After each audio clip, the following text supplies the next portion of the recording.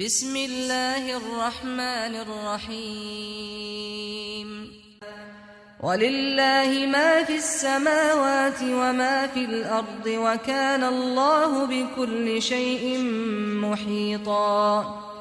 ويستفتونك في النساء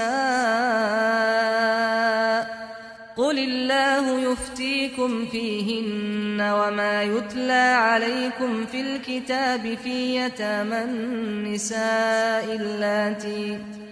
اللاتي لا تؤتونهن ما كتب لهن وترغبون أن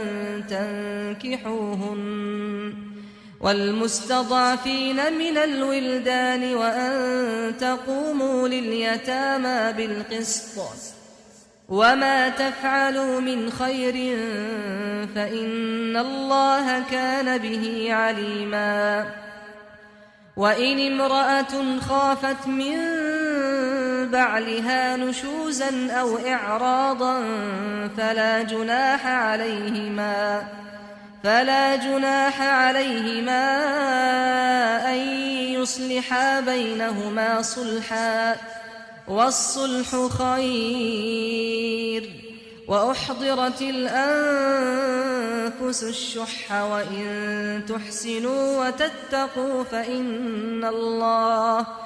وإن تحسنوا وتتقوا فإن الله كان بما تعملون خبيرا ولن تستطيعوا أن تعدلوا بين النساء ولو حرصتم فلا تميلوا كل الميل فتذروها كالمعلقة وإن تصلحوا وتتقوا فإن الله كان غفورا رحيما وإن يتفرقا يغن الله كلا من سعته وكان الله واسعا حكيما ولله ما في السماوات وما في الأرض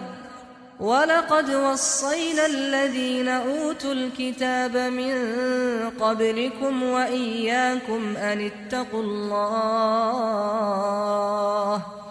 وإن تكفروا فإن لله ما في السماوات وما في الأرض وكان الله غنيا حميدا ولله ما في السماوات وما في الأرض وكفى بالله وكيلا إن يشأ يذهبكم أيها الناس ويأت بآخرين وكان الله على ذلك قديرا من كان يريد ثواب الدنيا فعند الله ثواب الدنيا والآخرة وكان الله سميعا بصيرا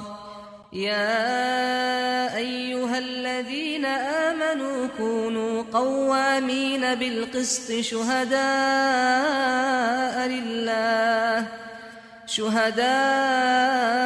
لله ولو على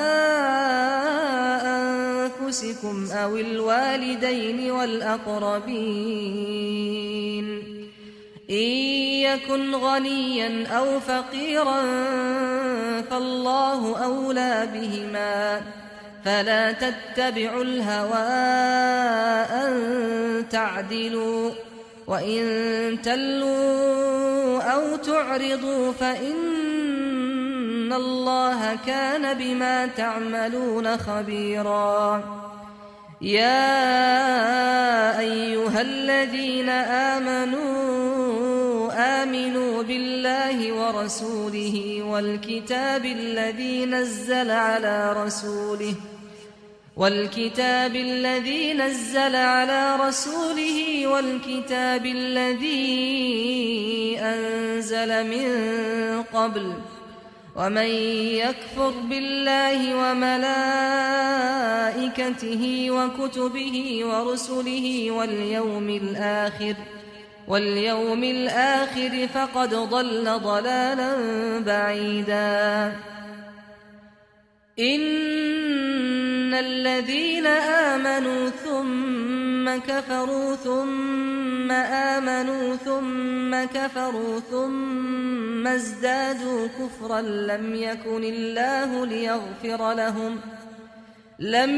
الله ليغفر لهم ولا ليهديهم سبيلا بشر المنافقين بأن لهم عذابا أليما الذين يتخذون الكافرين أولياء من دون المؤمنين أيبتغون عندهم العزة فإن العزة لله جميعا وقد نزل عليكم في الكتاب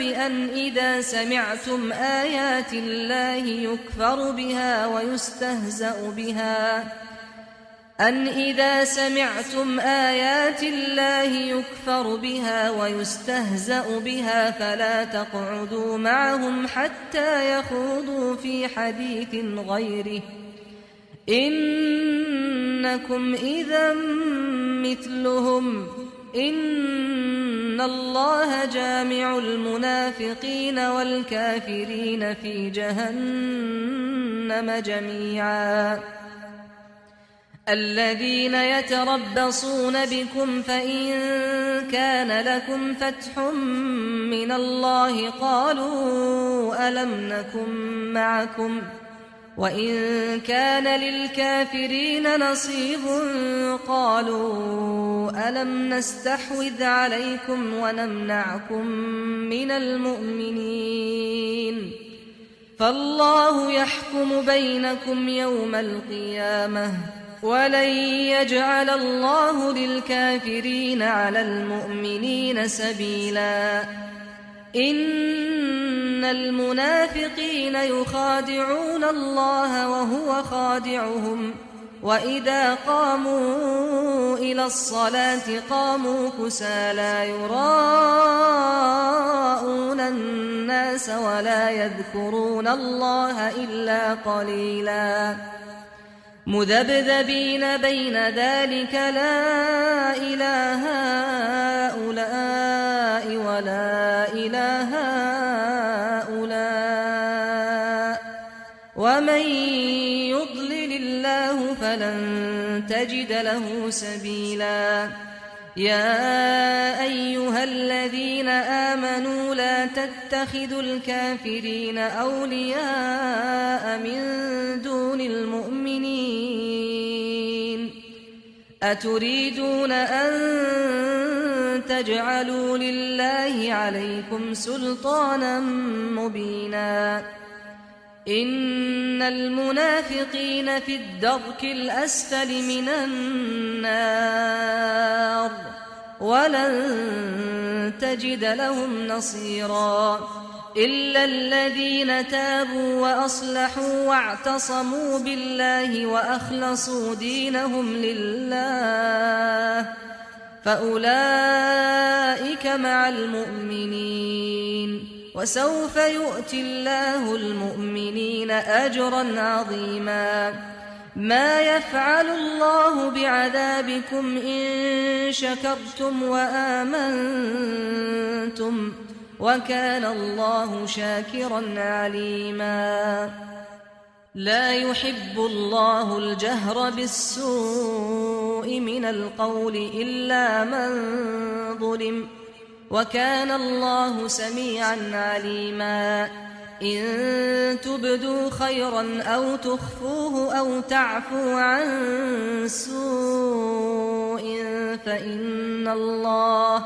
فإن الله كان عفوا قديرا إن الذين يكفرون بالله ورسله ويريدون أن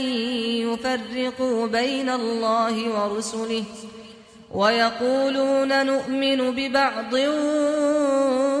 ونكفر ببعض ويريدون أن